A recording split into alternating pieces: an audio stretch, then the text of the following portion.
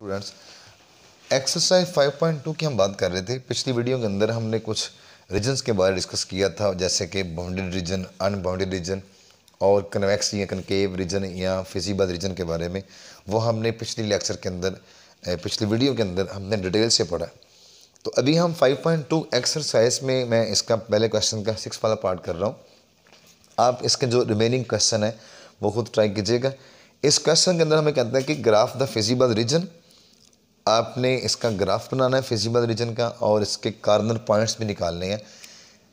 जैसे हमने 5.1 में इसका हल किया था इस क्वेश्चन को, सेम हमने वैसे का वैसे ही करना है। सबसे पहले हम यहाँ लिखेंगे एसोसिएटेड इक्वेशन।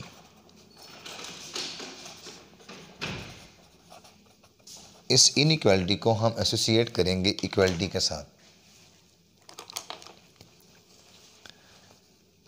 यह आ जाएगा 5x प्लस का 7y इज इक्वल टू 35।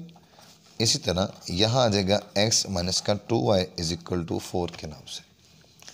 आप इस इनइक्वालिटी का नाम रख लें इनइक्वालिटी नंबर 1 और ये इनइक्वालिटी नंबर 2। आगे जाके हमें आसानी हो जाएगी। सबसे पहले आपने यहाँ पे इंटरसेप्ट करना है, x इंटरसेप्ट।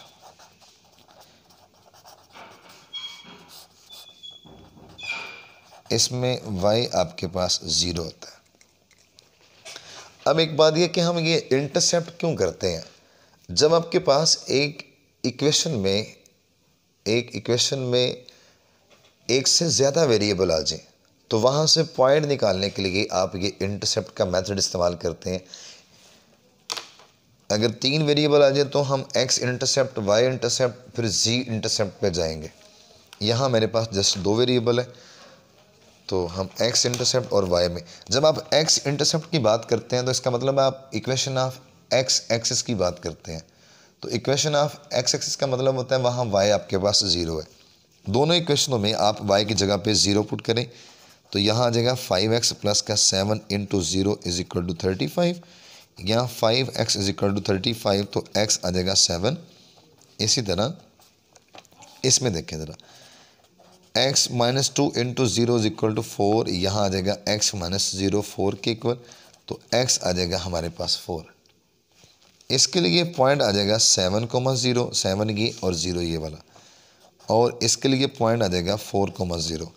इस पॉइंट का नाम आप a रख लें और इसका नाम आप a प्राइम रख लें। नेक्स्ट अब हम करेंगे y इंटरसेप्ट।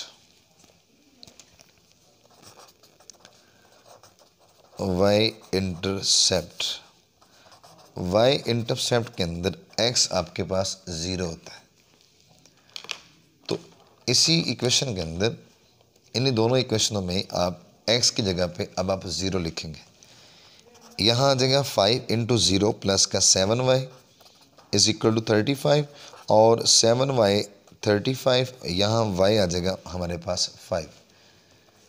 सिमिलरली इसके अंदर भी पुट करें x की जगह पे 0, तो 0 माइनस का 2y is equal to 4, minus का 2y 4 के इक्वल, और यहाँ से y आ जाएगा -2।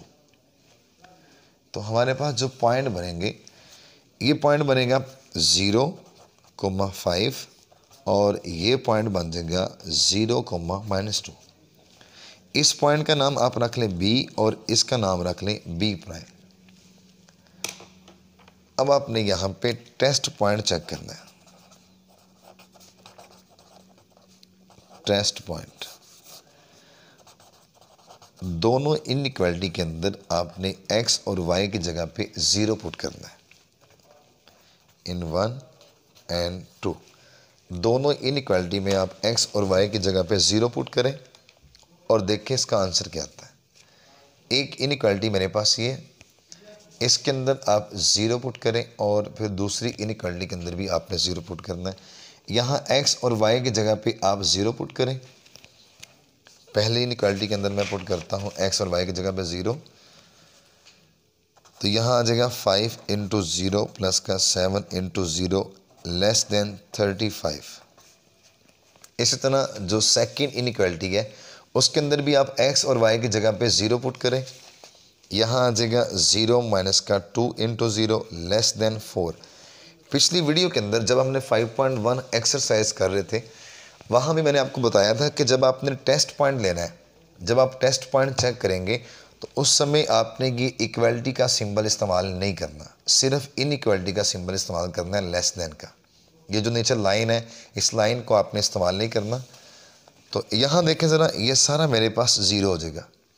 तो 0 लेस देन 35, ये वाली बात मेरे पास ट्रू है। इसी तरह अगर मैं इसकी बात करता हूँ तो ये भी सारा ज़ीरो है। 0 लेस देन 4, ये भी बात हमारे पास ट्रू है। दोनों इनइक्वालिटी के आंसर हमारे पास ट्रू आ गए। आगे हम चलते हैं इसके ग्राफ की तरफ। अब हम इसके ग्राफ को ड्रा करेंगे। जी डियर स्टूडेंट्स, पहली लाइन के जो हमारे पास पॉइंट्स आए थे वो ए थे, एक ए था 7,0 और एक बी है। इस तरह ये दूसरी लाइन के पॉइंट्स हैं। तो पहले हम पहली लाइन को ड्रा करते हैं। पहला पॉइंट है 7,0। 7,0 मेरे पास ये वाला पॉइंट आएगा। 7 यहाँ से काउंट करें, 1 2 3, ये 7। आगे यही पॉइंट 0 है तो इसका मतलब यही स्टे करना है।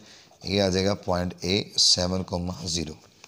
इसी लाइन का जो दूसरा पॉइंट है बी 0,5, ज़रा वो देखें, ये 0 और 5 ये पॉइंट है, ये आ जाएगा 0,5। आप स्केल के साथ इन दोनों पॉइंट को आपस में ज्वाइन करें। ये जो लाइन बनी है ये इक्वेशन इनइक्वालिटी नंबर 1 की है। ये पहली इनइक्वालिटी की लाइन ड्रा हुई। इसी तरह सेकंड जो पॉइंट है, सेकंड लाइन का जो मेरे पास पॉइंट है पहला ए प्राइम, वो है 4,0।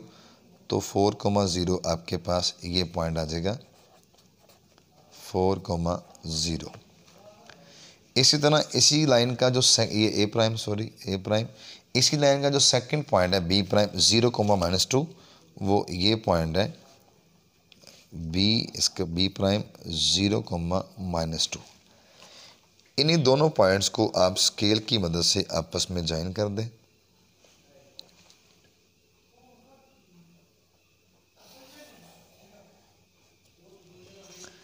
ये इनइक्वालिटी नंबर 2, ये उसकी लाइन है। अब दोनों का जो हमने पीछे देखा टेस्ट पॉइंट, दोनों का आंसर ही मेरे पास ट्रू है। पीछे अभी हमने ये टेस्ट पॉइंट किया तो दोनों का ही आंसर ट्रू है। पिछले लेक्चर के अंदर जब हमने 5.1 एक्सरसाइज की थी, मैंने आपको बताया था कि जिस लाइन का आंसर ट्रू होगा उसका ग्राफ ओरिजिन की तरफ बनेगा, और जिस लाइन का आंसर फॉल्स होगा, जिस इनइक्वालिटी का आंसर फॉल्स होगा, उसका ग्राफ अपोजिट ओरिजिन बनेगा। मैं एक बार फिर यहाँ आपको रिमाइंडर कराता हूँ, जिस इनइक्वालिटी का आंसर ट्रू आएगा उसका ग्राफ ओरिजिन की तरफ बनेगा, और जिस इनइक्वालिटी का आंसर फॉल्स आएगा उसका ग्राफ ओरिजिन के अपोजिट बनेगा। अब ये ओरिजिन का पॉइंट है, पहली लाइन मेरे पास इसका आंसर ट्रू था तो इसका ग्राफ ऐसे, हम इसको शेड नहीं करते, सिर्फ एरो के साथ ना शो कर लेते हैं कि इसका ग्राफ किधर बनेगा। आप ऐसे पेपर पे शेड कर सकते हैं, गलत नहीं होगा, ऐसे आप एरो लगा सकते हैं लेकिन शेड नहीं कर सकते। अभी दूसरी जो लाइन है इसका भी आंसर मेरे पास ट्रू था।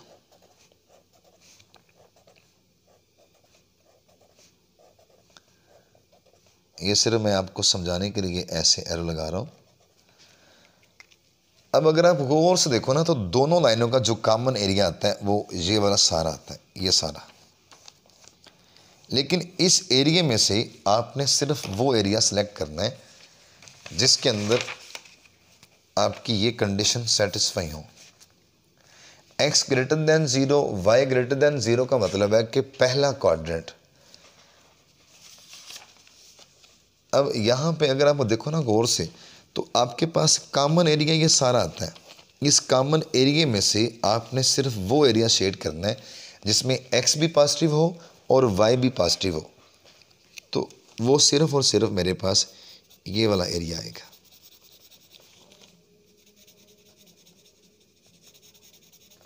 ये वाला एरिया हमारे पास सॉल्यूशन रीजन का हिस्सा बनेगा। आप इसको अच्छे तरीके से शेड कर दें।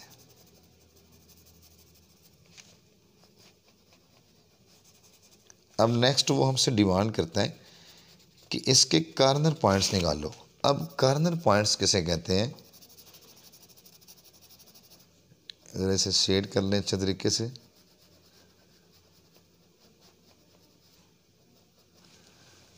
उसके बाद हम चलते हैं इसके कार्नर पॉइंट्स की तरफ।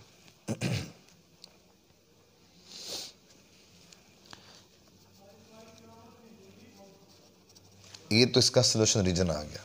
अब वो आपसे ना डिमांड करता है कि आप इसके कार्नर पॉइंट्स निकालो। कार्नर पॉइंट किसे कहते हैं? एक सोल्यूशन रीजन का एक ऐसा पॉइंट जहां दो लाइनें आपस में मिलती हों, जो दो लाइनें आपस में कट करती हों, उस पॉइंट को बोलते हैं सोल्यूशन कार्नर पॉइंट। दोबारा सुन लें, सोल्यूशन रीजन का एक ऐसा पॉइंट जहां पे दो बाउंड्री लाइंस आपस में इंटरसेक्ट करें, उस पॉइंट को कार्नर पॉइंट बोलते हैं। मसलन अगर मैं इस पॉइंट की बात करता हूं तो यहाँ दो बाउंड्री लाइन आपस में मिलती हैं, ज्वाइन करती हैं, तो ये पॉइंट मेरे पास कार्नर पॉइंट कहलाएगा। यहाँ साइड पे लिख लेते हैं कार्नर पॉइंट्स। कार्नर पॉइंट्स, एक कार्नर पॉइंट्स मेरे पास ये ओरिजिन का है 0,0, और थोड़ा सा आगे चलें तो एक कार्नर पॉइंट मेरे पास ये है। सोल्यूशन रीजन का एक ऐसा पॉइंट जहां दो बाउंड्री लाइंस आपस में कट करे, उस पॉइंट को कार्नर पॉइंट बोलते हैं। तो ये देखेंगे सोल्यूशन रीजन का पॉइंट है, एक लाइन ये है और एक लाइन ये है, आपस में कट कर रही हैं। तो इस पॉइंट का नाम हमने रखा था ए प्राइम 4,0। उसके बाद नेक्स्ट ये पॉइंट है, यहाँ दो लाइनें आपस में इंटरसेक्ट करती हैं, ये सोल्यूशन रीजन है। सोल्यूशन रीजन के अंदर दो बाउंड्री लाइंस आपस में कट करती हैं, तो ये कार्नर पॉइंट्स हैं। इसका कोई ना कोई आप नेम रख लें, मैं इसका नाम रखता हूँ CX और Y, CXY के नाम से। उसके बाद थोड़ा सा आप आगे चलें तो ये देखें, ये भी आपके पास कार्नर पॉइंट है। इसका नाम क्या रखा था? B0,5। अब हम यहाँ से कार्नर पॉइंट C निकालेंगे।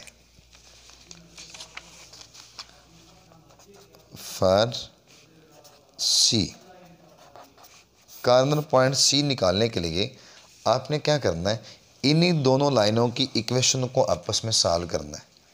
इन्हीं दोनों लाइनों की जो इक्वेशन थी उनको सॉल्व करना है। वो इक्वेशन कौन कौन सी है?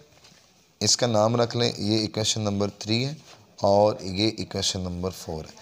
इन दोनों इक्वेशनों को आपने आपस में हल करना है और यहाँ से x और y की कीमत निकालनी है।